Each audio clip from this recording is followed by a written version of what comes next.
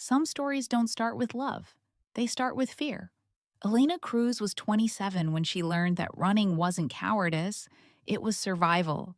She wasn't just leaving a city behind, she was leaving an entire life. The woman who pretended to smile in photos, the one who accepted apologies wrapped in expensive flowers, the one who believed love could hurt just a little before getting better. Adrian Blake was the kind of man the world applauded. CEO, philanthropist, charming. But behind the locked doors of a Manhattan penthouse, he became a monster Elena barely recognized, and who, even then, promised he'd find her no matter where she ran. The night she finally fled, Elena had no plan, only fear, and a bus ticket to the Sicilian countryside, where no one knew her name and no one would ask questions. But fate had other plans, because on that dark road under relentless rain, her car broke down. And there, shaking from cold and terror, Elena met Dante Falcone, the man the underworld feared, but who, that night, simply held out his coat and said, "You're shaking? Get in." He didn't ask who she was running from. She didn't ask who he really was. And in the silence between them, something began to grow. Dangerous, intense, inevitable. Scene 1, the night everything changed. The rain fell like the sky was collapsing, each drop hammering the car roof with rhythmic violence that echoed the panic pounding in Elena's chest. She gripped the steering wheel so tight her knuckles turned white, veins straining beneath pale skin. Her heart raced, too fast, too wild. And she thought she might faint right there, alone on a road she didn't even know the name of. The engine coughed, once, twice, 3 times, then died. The silence that followed was worse than any scream. Only rain, only darkness, only fear crawling up her throat like bitter bile. Number. Not now. Please, God, not now. Elena turned the key frantically, the engine whining, refusing, dying again. Her hands shook so badly she could barely hold anything. Her phone had no signal? Of course not. Because when you're running from your life, the universe decides you don't deserve even a single bar of connection. She looked in the rearview mirror. The road behind was empty, but didn't feel empty. It felt full of ghosts, of broken promises, of voices still whispering, "You are mine," even when she was miles away. 3 years. 3 years beside Adrian Blake, the man everyone envied, CEO of Blake Enterprises, philanthropist who donated millions, the perfect boyfriend who sent flowers and good morning texts, the man who, in public, held her hand like she was the most precious thing in the world. And at home, broke her piece by piece. Not with fists. Adrian was too smart for that. He broke her with words, with control, with that smile that said, "I love you," while his eyes said, "You're nothing without me." Elena closed her eyes, trying to breathe. Therapy, the one she hid from him, had taught her. Inhale for 4, hold for 4, exhale for 8. But the air wouldn't come. Her lungs were made of lead. "You can do this. Just a little farther. Just until you're far enough." But far from what? From who? Adrian had money, power, friends in the police, in the courts, in private investigation firms. If he wanted to find her, and he did, it was only a matter of time. His last message still burned in her memory. "Run as far as you want, love. I always find you. You know that." A pair of headlights cut through the darkness like a knife. Elena's heart stopped, literally stopped. And when it started again, It was wrong, fast, wild, animal. He found me. It's him. God, he found me. The car stopped a few meters ahead. The headlights blinded her for a second, and she thought about running, opening the door and sprinting into the forest that surrounded the road. But where to? There were no lights, no houses, no salvation. The car door opened. Elena squeezed her eyes shut, as if not seeing could make the threat disappear. Her whole body trembled now, not just her hands, but her shoulders, her knees, even her teeth chattering. Please, please don't be him. Footsteps approached. Steady, unhurried, like someone who feared neither rain nor night, nor anything at all. Elena opened her eyes and looked through the fogged glass. A man, tall, taller than Adrian, broad shoulders under a dark coat that blended with the storm. Black hair wet and plastered to his forehead. And eyes. God, those eyes. Dark as the night around them, but not empty, intense, as if they saw through everything. He knocked on the window. Not violently, just knocked. Elena hesitated. Instinct screaming danger, logic whispering you're already in danger anyway. She cracked the window just enough to hear, not enough to be pulled. You're shaking, he said. His voice was low, rough, with an accent she couldn't place. Italian? Sicilian? It didn't matter. What mattered was the tone. Not threatening, not seductive, concerned. Elena didn't answer. Couldn't. Her throat was closed. The man took off his coat, a smooth, natural motion, like he'd done it 1,000 times, and held it out through the small opening. Take it. We'll deal with the rest later. Elena stared at the coat. It was soaked, but heavy, warm, real. I don't know you, she managed, voice hoarse, broken. I know.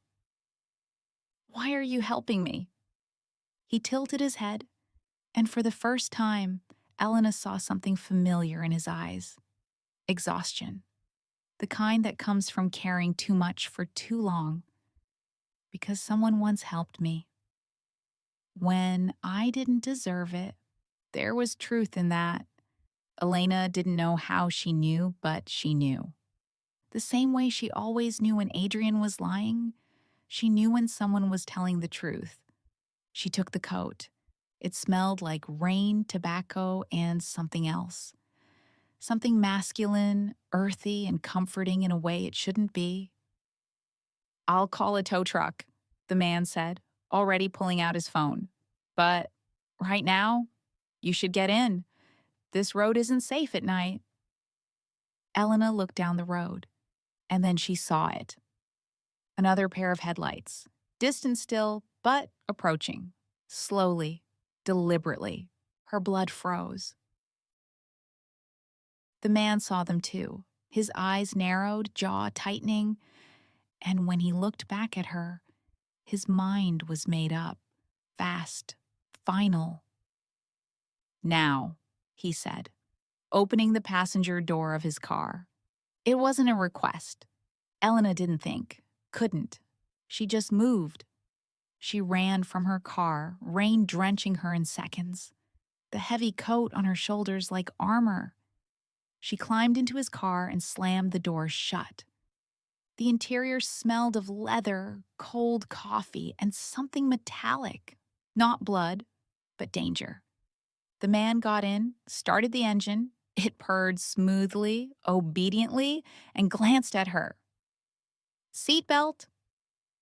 Elena fastened it with trembling hands.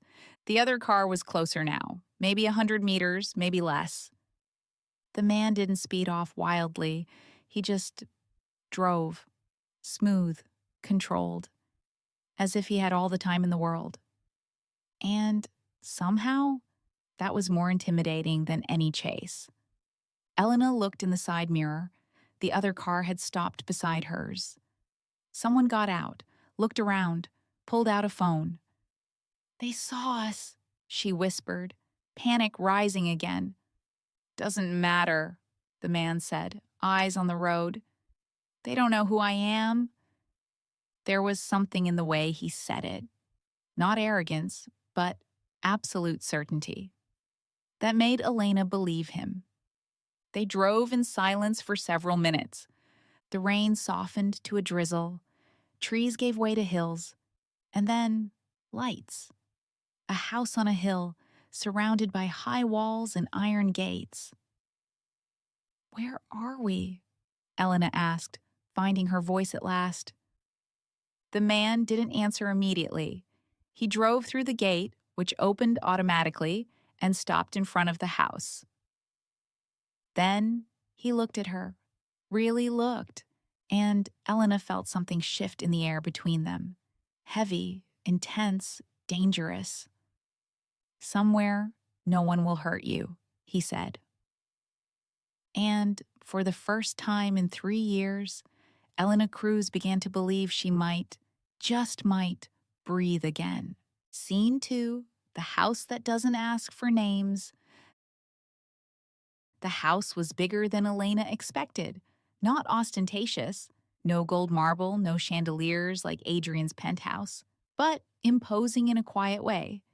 Ancient stone walls, tall windows with heavy curtains, dark wood everywhere, as if the house had grown from the earth instead of being built on it. Two men waited at the entrance, not ordinary security. Elena recognized the type. Military posture, eyes constantly scanning, hands always near their waists, where guns probably rested. When the car stopped, both approached immediately. But the driver only nodded, subtle, almost imperceptible. And they stepped back. No questions, no curious glances at Elena, just obedience. "Who is this man?" "Come," he said, already stepping out. Elena hesitated. Her hand was on the handle, but her body refused to move, because crossing that door meant stepping into a world she didn't understand. And she'd made the mistake of trusting a charming man before. But then she looked back at the dark road, at the rain, at everything she was running from, and realized she had no choice. She never did. She stepped out. The air was cold, damp, smelling of wet earth and something floral she couldn't name. Jasmine? Lavender? The man waited at the door, holding it open. And as she passed him, she felt the warmth of his body, a solid, real presence that somehow made her feel smaller and safer at the same time. Inside, the house was surprisingly warm. Dark wood, yes, but not oppressive. Worn Persian rugs, furniture that looked lived in, sofas sagging in the right spots, wrinkled pillows, a blanket thrown over a chair, as if someone had just gotten up. It smelled like coffee, not the expensive imported kind Adrian bought, but real coffee. Strong, homey, the kind your grandmother made on Sunday mornings. "Why are you helping me?" Elena asked again, because the question burned in her throat, and she needed an answer before completely falling apart. The man stopped in the middle of the room. For a long moment, he said nothing, just stood there, back to her, shoulders tense beneath the wet shirt. When he turned, Elena saw something in his eyes she recognized. Pain. Not the fresh kind, the old kind, scarred, but never gone. Because sometimes silence saves more than questions, he said softly. Tears stung her eyes. She knew that kind of silence. The kind you carry when no one believes you, when you try to explain that there are no visible bruises, but you're bleeding inside. And everyone says, "But he's so good to you." If I stay here, will he find me? She asked, voice breaking on the last word. The man took a step toward her. Not fast. Nothing about him was rushed, but deliberate. If anyone looks, he said, eyes locked on hers, they won't find you. There was promise in his words, and threat. And Elena didn't know which scared her more.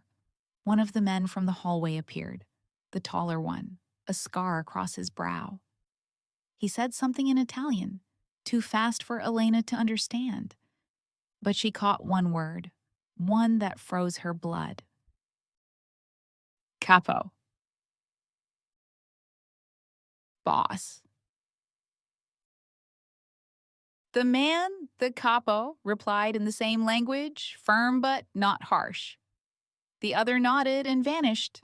Elena looked at him with new eyes. You're someone who can keep you safe, he interrupted. That's all you need to know for now. But it wasn't, because Elena had fled one powerful man only to fall into the arms of another. And the story was starting to sound far too familiar. As if reading her thoughts, he said quietly, I won't hurt you. Adrian said that too, she whispered. His jaw tightened. I'm not him. How can I know that? He didn't answer right away. Instead, he took something from his pocket, a key, old, iron. He held it out to her. Your room, he said. Locks from the inside. I don't have another copy. If you want to leave in the morning, I'll take you. No questions. No consequences. Elena stared at the key. It was heavy, real, not a hollow gesture. Adrian never gave keys. He took them away. Rest, the man said, nodding toward a door at the end of the hall. We'll talk tomorrow. Elena took the key. Her fingers brushed his for a second. Warm, calloused hands of a man who worked, not just commanded. And a current of electricity ran up her arm. He felt it too. She saw it, the way his eyes darkened, the way he stepped back like it burned. What's your name? She asked. He hesitated. Then, Raphael. She knew it was a lie, or at least not the full truth, but she accepted it. Lena, she said. Also a lie. Also a half-truth. He smiled, just a little, just at the corner of his mouth. Rest, Lena. Elena went to the room. It was simple but clean. A double bed with white sheets. A window with heavy curtains. A bathroom stocked with fresh towels. She locked the door, and for the first time in months, maybe years, Elena Cruz lay down, pulled the blanket to her chin, and didn't feel afraid. Just confused, tired, and a small spark of something she didn't dare name. Hope. Scene 3. Coffee, silence, and false names. Expanded. Elena woke to sunlight on her face. For a second, just one, she forgot where she was. Panic came first, the way it always did, a Pavlovian reflex from 3 years of silent terror. But then she heard sounds. Pots clinking, water running, someone softly whistling a tune she didn't recognize. Life happening without urgency. Elena sat up, heart still racing but beginning to slow. Sunlight cut through the curtains in gold shafts, lighting up dust motes drifting like slow snow. She looked around. The room was the same as last night. Simple, clean, safe. The key was still in the inside lock. No one had tried to come in. He kept his word. She went to the window, parted the curtains carefully, half expecting to see What? Adrian on the other side? Police cars? But no, just a stunning view. Rolling green hills, ancient olive trees bent by the wind, and far off, the city of Palermo shining in the morning sun. It was beautiful, peaceful, so different from loud, claustrophobic New York, where she'd lived with Adrian. Elena showered, long and hot until her skin turned red, and dressed in the same clothes as the day before. She'd brought nothing else, only what she had on when she ran.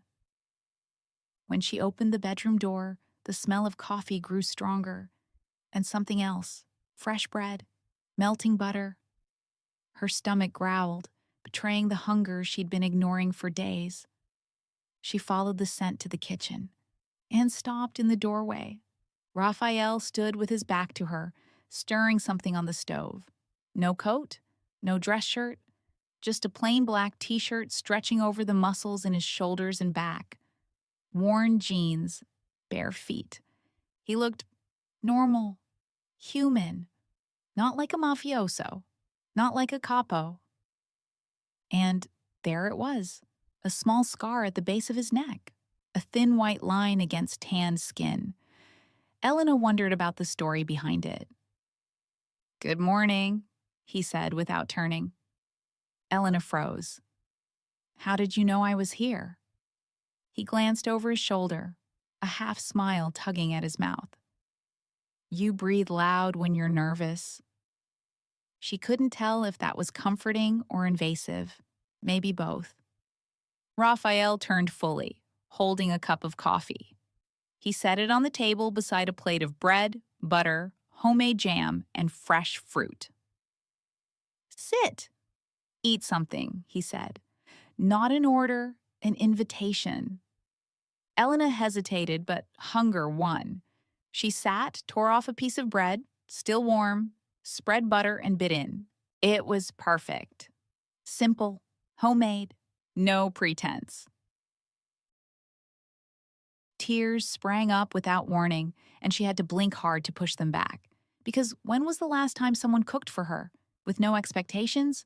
Wanting nothing in return? "Good?" Raphael asked, taking the chair across from her. "Perfect," she whispered. They ate in silence for a few minutes. Not an uncomfortable silence, a respectful one. Like they both understood some things didn't need to be said. "What's your name?" he asked finally, sliding a coffee toward her. Elena chewed slowly, thinking, her real name felt too heavy right now. Weighted with 3 years of a life she wanted to forget. "Lena," she said.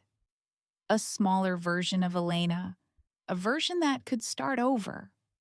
Raphael studied her face for a long moment, then nodded. "Raphael." She almost laughed. "Is that actually your name?" "It's the name I choose to use," he said. And there was truth in that. Crooked truth, but truth. "And the other one? The real one?" "Too heavy to carry this early in the morning." Elena understood completely. "I don't trust you," she blurted, because truth had a rude habit of escaping when she was too tired to fight it. Raphael didn't look offended. He only tilted his head. "Good. Don't trust, but believe." "What's the difference?" He leaned in, dark eyes locked on hers. "Trust is built with time, with proof, with consistency, belief. Belief is a choice you make before you have any reason." Something shifted in her chest, a tiny spark of something she hadn't felt in so long. She'd almost forgotten the name. Hope. Later, when Raphael went out to handle a few things, he didn't explain, and she didn't ask. Elena explored the house.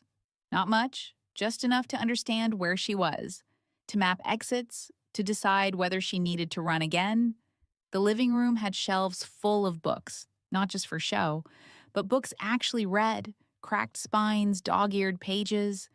stacks of vinyl beside an old turntable, framed photos of people she didn't know, a woman with a gentle smile, a man with sad eyes, kids playing on some beach. In the hall, she saw the coat. The coat, the one he'd given her on the road.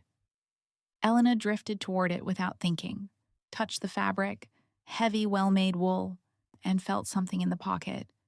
She shouldn't look. She knew that. But curiosity, or maybe survival instinct, spoke louder. She slipped her hand inside and pulled out a piece of paper. A newspaper clipping, old, yellowed at the edges, dated 5 years ago. The headline read, Operation Shadow, Italian police arrest 47 members of the Falcone organization. And one name was underlined in red, over and over, as if someone had gone over it with anger or pain. Dante Falcone. Elena's heart stopped. She knew that name. Everyone who read the news knew it. Sicilian Mafia. One of the oldest, most powerful organizations in Europe. Violence, control, absolute power. Raphael. Dante Falcone. Elena dropped the clipping like it burned. Her hand shook. The air wouldn't enter her lungs right. Who the hell are you? She heard the front door open, firm footsteps in the hall. Elena shoved the clipping back in the pocket and stepped away from the coat like she hadn't touched a thing. Raphael appeared in the doorway, looked at her, at the coat, back to her. He knew. Find what you were looking for, he asked, voice soft but with a dark edge underneath. Elena met his eyes. Who are you? Raphael took a step toward her. Another, until he was close enough for her to feel his heat. Someone who can keep you safe, he said, repeating last night's words. That's all you need to know. No, it isn't, she said, voice steadier than she felt. I ran from one monster. I won't trade him for another. Something flickered in his eyes. Pain, maybe. Or recognition. I'm not him, Raphael said quietly. Then who are you? Silence? Long? Heavy? Then, someone who's been worse than he deserved to be, and is trying to be better than he is. It was the most honest answer Elena had heard in years. And somehow, crazily, dangerously, it made her want to stay. Scene 4, The Code of a Dangerous Man. The next days were strange. Lena watched Raphael, if that was even his name, watched how he spoke little, but every word had weight, how the men who worked for him never argued orders, how he cooked, fixed things around the house, cared for the dogs in the yard like they were family. He didn't look like a monster. Then again, Adrian hadn't either. You're not a good man, are you? She asked one afternoon while he cleaned a gun at the kitchen table. She should have been terrified. Strangely, she wasn't. Raphael paused and looked at her. No. At least he was honest. But you keep your word, she said. Not a question. Always. Why? He went back to cleaning, precise, almost meditative movements. Because a man's word is all he has when the world takes the rest. Something cracked inside her, because she understood that more than she wanted to. Anyone under my roof breathes, Raphael said without looking up. It's the only rule that matters here. And for the first time since she'd run, Lena felt like she could, truly, breathe. His phone rang. Raphael answered, spoke low in Italian, then said something that turned her blood to ice. She doesn't exist. He hung up and met her eyes. Someone's looking for an American woman, Dark hair, green eyes, ran from New York. Lena swallowed. Adrian. He won't find you. You don't know him. Raphael leaned over the table, gaze steady. And he doesn't know me. There was something in his voice, a dark, dangerous promise, and Lena realized that, for the first time, Adrian had met someone who wouldn't bow. Scene 5, Ghosts Don't Die Easy. At night, Lena couldn't sleep. Memories rolled in waves, Adrian smiling for cameras, Adrian squeezing her wrist until it bruised, Adrian whispering, "You're mine like a love vow and not a prison sentence." She took out the old phone she'd brought. There was a voicemail she'd never deleted. She didn't know why. Maybe because she needed to remember. She pressed play. "You're mine even when you run, Elena. You know that. You'll always be mine." His voice was soft, controlled, sweet, and absolutely terrifying. "He's wrong!" Lena almost dropped the phone. Raphael stood in the doorway, arms crossed, watching her. "You're not anyone's," he went on. "You're yours." Tears came before she could stop them. "You don't understand. He'll find me. And when he does." Raphael crossed the room and knelt in front of her, eyes level with hers. "If he comes for me too. Then it's not safe for me to stay here. Danger exists everywhere, Lena. Fear rules only where we let it." He held out his hand, slowly making it clear she could refuse. Lena looked at it. Strong, scarred, offered, not demanded. She took it. The next morning, there was a white rose at the gate. No note, no signature. Just the rose. Lena recognized the gesture instantly. Adrian always sent white roses after a fight. He knew where she was. Scene 6, The Truth Has a Name. "You're Dante Falcone." It wasn't a question. Lena had spent the night researching, connecting dots, the clipping, the men's respect, the way he spoke about words and honor. Raphael, Dante, didn't deny it. He only inclined his head. "And you're Elena Cruz. 27, literature major, dated Adrian Blake for 3 years before vanishing." Her heart stopped. "How do you know that?" "Because in my world, information is power.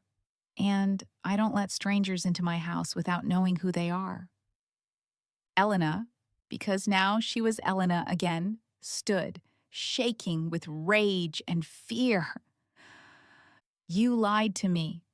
"No, I gave you a name you could use without fear, same as you did." She hated that he was right. "I shouldn't trust you," she said, her voice breaking. Dante stepped toward her. "Don't. Trust, but stay." "Why? Why do you care?" He stopped inches away, and Elena felt his warmth, the rain and tobacco scent that now felt familiar. "Because you're the first person in years to look at me like I'm a man. Not a monster, not a title, just a man." Silence settled between them, dense, loaded with everything unsaid. Dante turned his wrist, revealing a thin scar. "I swore an oath once, loyalty above all. It cost me everything I loved." Elena looked at the scar. "And now?" "Now, I choose who I protect." And Elena understood. He was as trapped as she was, just in a different kind of cage. Scene 7. Confessions at midnight. That night, Elena couldn't sleep. She sat in the kitchen with an old notebook and started to write. Not for anyone to read, just for herself. Courage isn't being unafraid. It's being afraid and choosing to keep going anyway. You write? Dante stood in the doorway, barefoot, hair mussed, looking more human than she'd ever seen him. I used to, she said, before he decided I shouldn't. Dante pulled out a chair and sat beside her. Tell me. And Elena told him about how Adrian was perfect in public, the ideal boyfriend, the successful businessman, about how at home he controlled every move, every friend, every word, every breath. He never hit me, she said quietly. He erased me. Little by little, until I didn't know who I was anymore. Dante said nothing for a long time. Then, they erased my name once. I'm still here. Elena looked at him. What if I lose myself again? I'll lend you my north. His hand found hers on the table, big, warm, steady, and for the first time, Elena didn't pull away. But outside, silent cameras captured a car circling the street. And at the gate, another white rose appeared, this time with the stem cut. The message was clear: I'm getting closer. Scene 8, the first touch that doesn't hurt. The night was quiet, too quiet. Elena sat on the couch, wrapped in a blanket, trying to read, but the words kept blurring on the page. She could feel Dante watching her from the armchair nearby, though neither of them spoke. You don't have to stay here with me, she said finally. I know. Then why? Dante closed the book he'd been pretending to read. Because you shouldn't be alone right now. Elena felt her chest tighten. When was the last time someone stayed just because they cared? You don't have to touch me, she said, her voice more vulnerable than she meant it to be. Dante stood and crossed the space between them slowly, so slowly that she could have said no at any time. He sat beside her on the couch, but left space between them. I just need to hear you breathe without fear, he said, voice rough, low, honest. Elena looked at him. Really looked. The lines around his eyes, the scar on his chin, the way he carried his own tension like armor. I don't trust, she whispered. Then, believe me, just for a minute. He reached out, palm up, open, offered. Elena stared at his hand for a long moment, then placed hers in it. Dante laced their fingers together, slowly, as if she were something precious that could break. Elena felt his warmth spread up her arm to her shoulder, her neck. It wasn't sexual. Not exactly. It was connection, real, human, alive. Can I? He didn't finish, but she understood. Elena nodded. Dante pulled her gently until she was resting against his chest, her head on his shoulder, his heart beating steady against her back. He didn't hold her tightly. He just held her. And Elena let herself relax. You smell like rain, she murmured. You smell like flowers. She laughed, a small, surprised sound. I don't wear perfume. I know. The silence between them changed. It grew heavier, warmer. Elena turned slowly until she was facing him. Their faces were inches apart. She could see everything. The way his eyes darkened, the way he breathed through his mouth like he was holding himself back. If you want to stop, he began. I don't want to stop. The kiss started soft, almost shy. his lips on hers, testing, asking. Elena sighed, and that was all Dante needed. He deepened the kiss, one hand cupping her face, thumb tracing her cheekbone, while the other slid into her hair. Elena felt the world disappear. No Adrian, no fear, no past. Only Dante. Only this. Only now. She ran her hands across his chest, feeling the muscles tense beneath her touch. Dante groaned low, a sound she felt more than heard. Elena, he whispered against her lips, and her name in his voice sounded like a prayer. She pulled him closer, wanting more, wanting to lose herself in him, wanting to forget everything except how he made her feel. Alive, wanted, chosen. His hands moved down her sides, stopping at her waist, holding her like she was the only real thing in his world. And then a crash.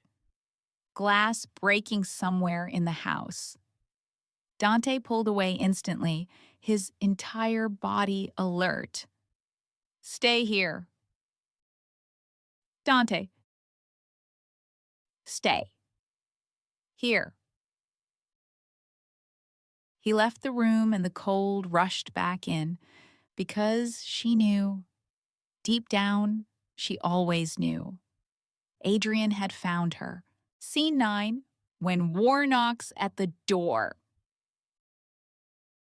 In the days that followed, the house changed. Men came and went constantly. Phones rang. Maps covered the tables. Elena heard words in Italian she didn't understand, but the tone was unmistakable. War. He's coming, Dante said one night, eyes fixed on the map in front of him, with badges, with lawyers, with everything. Elena's stomach turned. I should leave. No. Dante, if I stay, he'll destroy you. He finally looked at her. If you leave, he'll destroy you. And I won't let that happen. Why? She needed to hear it, needed to understand. Why are you doing this? Dante crossed the space between them in 2 strides and held her face in his hands. Because for the first time in years, I have something to fight for that isn't power, isn't territory, isn't respect.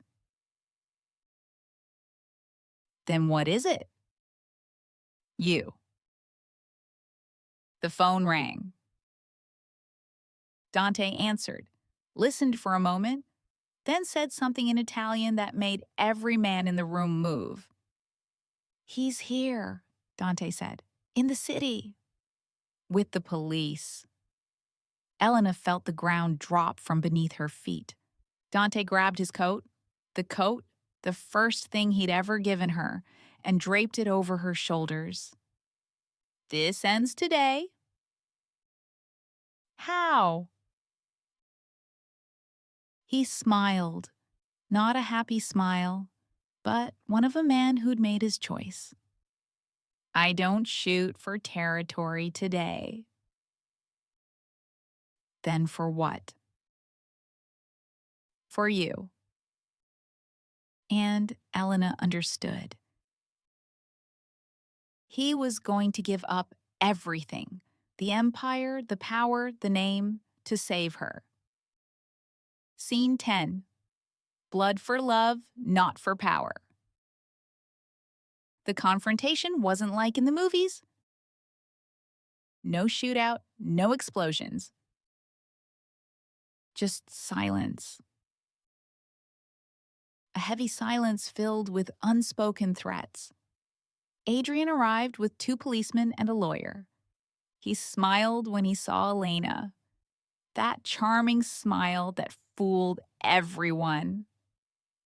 Elena, love. I've been so worried. She didn't answer. Adrian looked at Dante. So, You're the man who hid my girlfriend. She's not your property, Dante said calmly. She's my girlfriend. And you kidnapped her. I ran, Elena said, her voice firm for the first time. I chose to leave. Adrian laughed. You were confused, scared. But now I'm taking you home. Home is where my fear is silent, Elena said, looking straight at him. And with you, it never was. Adrian's mask slipped for a second, and in that second, everyone saw the monster behind the smile. Dante stepped forward. She stays. You go. Or what? Dante smiled. Or I show these officers the bank records linking you to 3 cartels and a money laundering operation. That'll have you behind bars for the next 20 years. The silence that followed was deafening. Adrian looked at Elena. You really think you can hide forever? I'm not hiding, she said. I'm living. Adrian left. But Elena knew this wasn't the end. Because men like Adrian never stop. That night, the headlines read, Falcone Empire falls, Dante Falcone disappears. He had sacrificed everything for her. Scene 11, the fall of an empire, the birth of a man.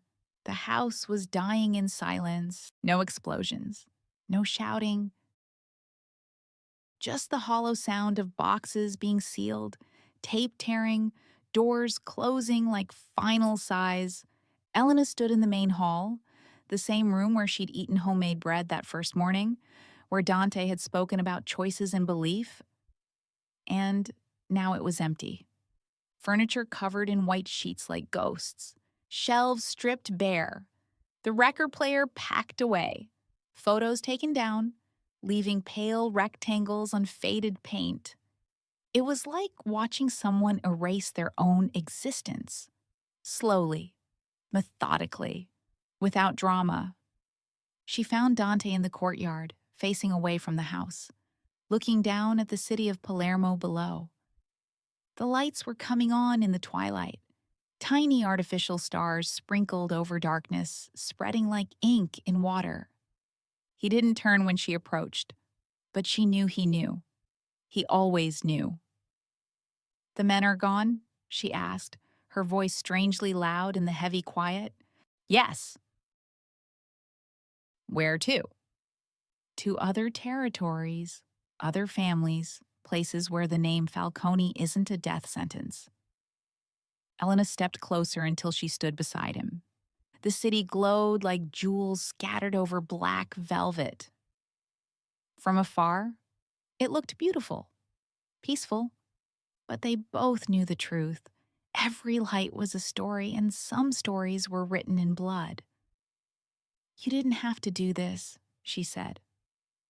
The same words she'd said the night he came back, the night he faced Adrian, the police, the cartels, the night he chose her instead of the empire. I did. You lost everything, Dante. He finally turned to her, and Elena's heart clenched because there was something different in his face. Not sadness, not regret, peace. Was that even possible? No, he said, voice low but steady, each word weighed like gold. I lost an empire, but I gained everything. Tears came without warning. Elena tried to blink them away, but they insisted, hot and salty, sliding down her cheeks like confessions she couldn't say aloud. How can you say that? She whispered. You had power, respect, fear, loyalty, men who die for you. Dante took a step toward her, lifted his hand, always slowly, always asking without words, and brushed a tear from her cheek with his thumb. The touch was gentle, careful, as if she were made of ancient glass. Men died for me, he said, but no one lived with me. Until you. Elena closed her eyes, feeling the weight of his words, because she understood. God, she understood. She had lived with Adrian, in palaces of lies, in golden prisons, in relationships where breathing was a privilege, not a right. Can the falcon land? She asked, her voice cracked but hopeful. Dante smiled, a small, genuine smile that transformed his whole face. It erased the shadows, softened the lines of tension.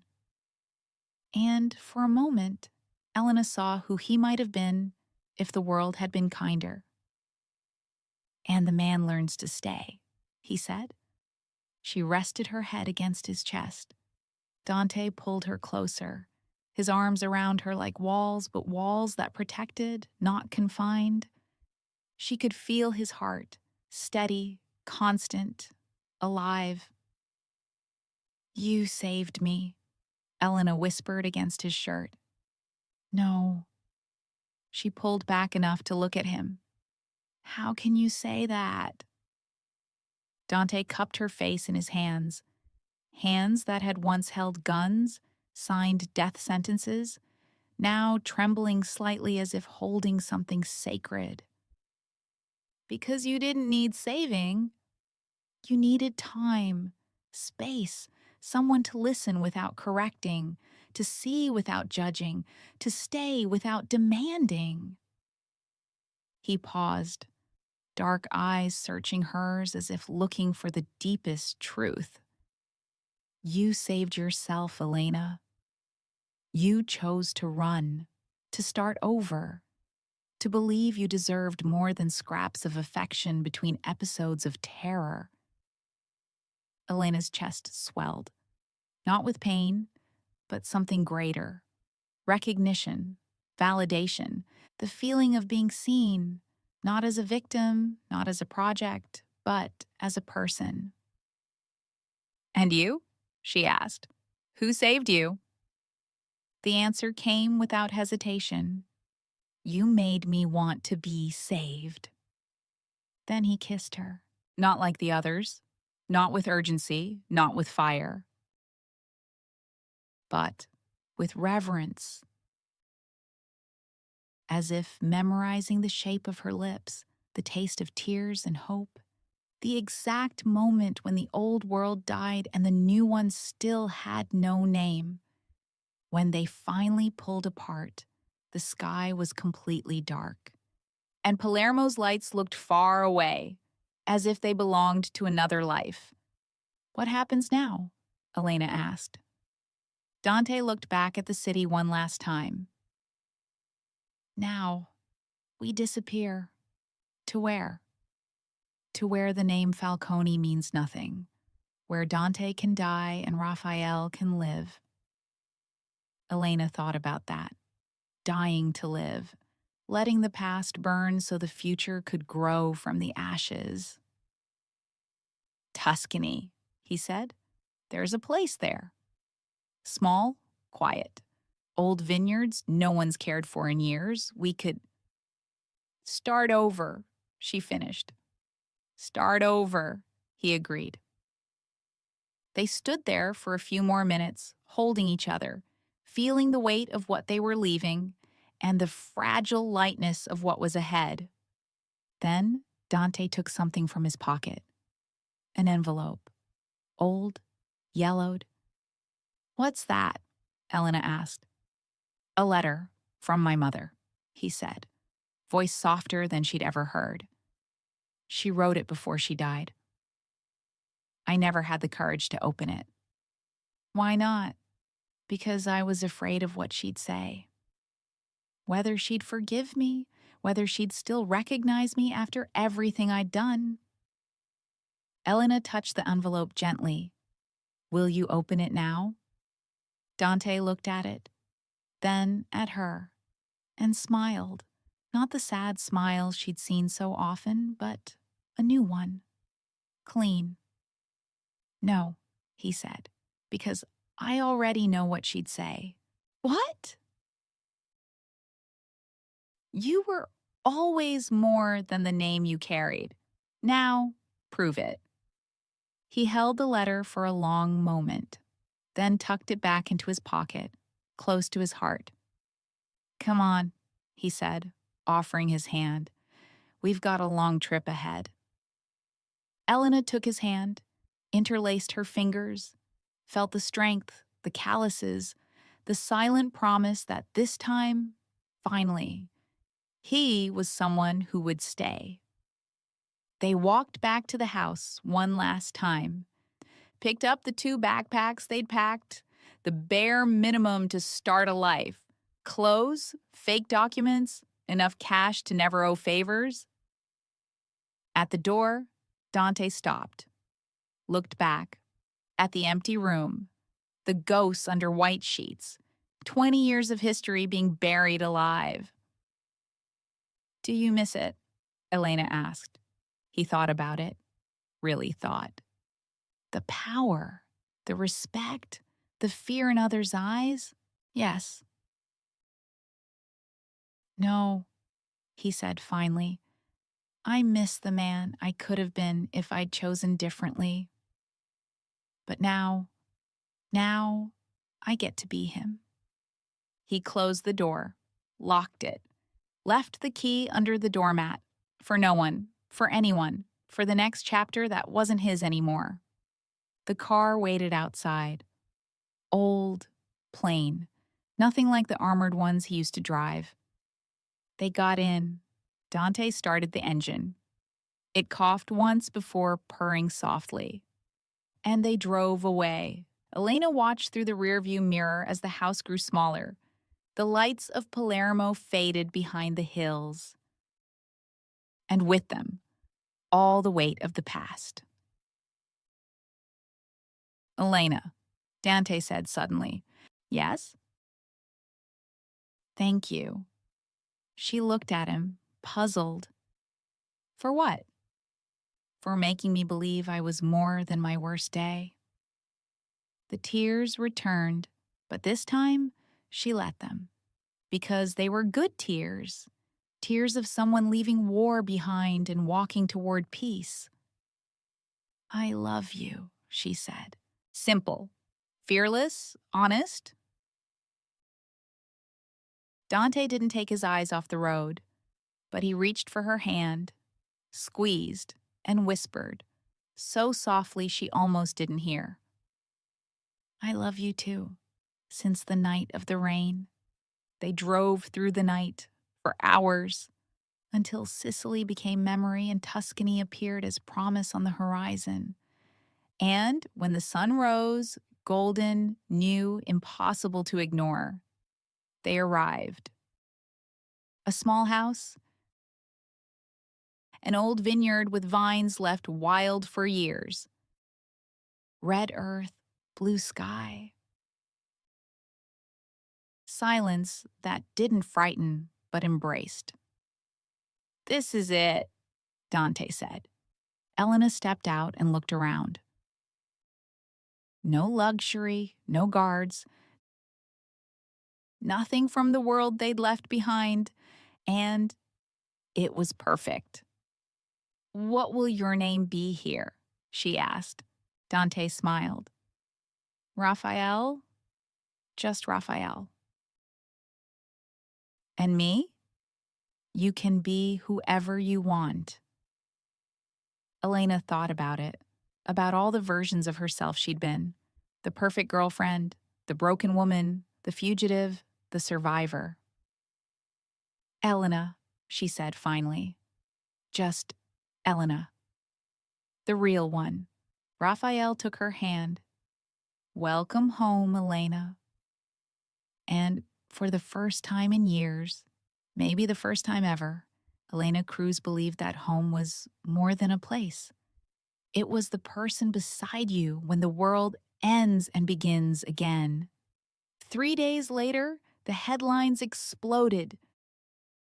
Falcone Empire collapses after coordinated police operation. Dante Falcone, wanted or dead? End of an era. The fall of the Sicilian Mafia. Adrian Blake gave a tearful interview on TV, claiming he'd lost his girlfriend to the criminal underworld and offering a reward for information. Police searched, investigated, raided every property tied to the Falcone name.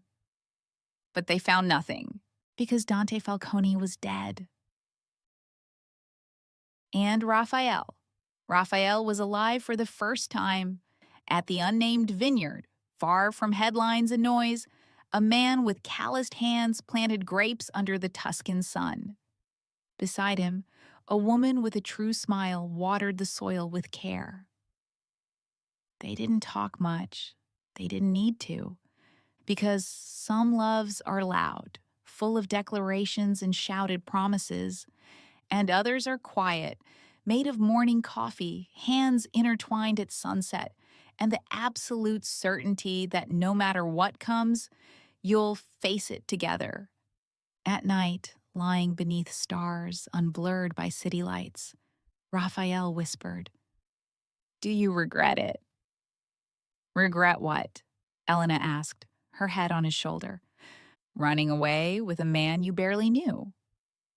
She laughed, a light, free, fearless sound. "I regret not running sooner." Raphael kissed the top of her head. "Me too." "What?" "Not finding you. Sooner wasting years being the wrong man." "You weren't the wrong man," Elena said, turning to face him. "You were the man who needed to be broken to learn how to rebuild the right way." And that night, beneath stars that had witnessed 1,000 stories of love and loss, two broken souls finally found themselves whole. Not because they fixed each other, but because they chose to grow together. And sometimes, just sometimes, that's what love really means. Scene 12, nameless vineyard, promises with roots. Tuscany at dusk was gold, the kind of gold that doesn't seem real, like someone painted the sky just for them. Elena, because now she could be Elena without fear, was among the vines, hands stained with earth, hair tied back with an old scarf. She heard Raphael working behind her, the rhythmic sound of him digging, planting, building. "When the wind moves through the vines, it sounds like rain," she said. Raphael stopped and looked at her. "It rains and we don't run." Elena smiled, because it was true. Rain didn't scare her anymore. Nothing did. "Do they still call you Dante?" she asked. "Only when you're asleep," he said, smiling. She laughed and crossed the space between them, wrapping her arms around his neck. "I love you." He froze. "Elena." "I know. You don't have to say it back. I just needed you to know." Raphael cupped her face in his hands. Hands that had once held guns, built empires, now planting vines. "I've loved you since the night you got into my car, shaking with fear, and still didn't ask for anything. You just existed. And you made me want to exist too."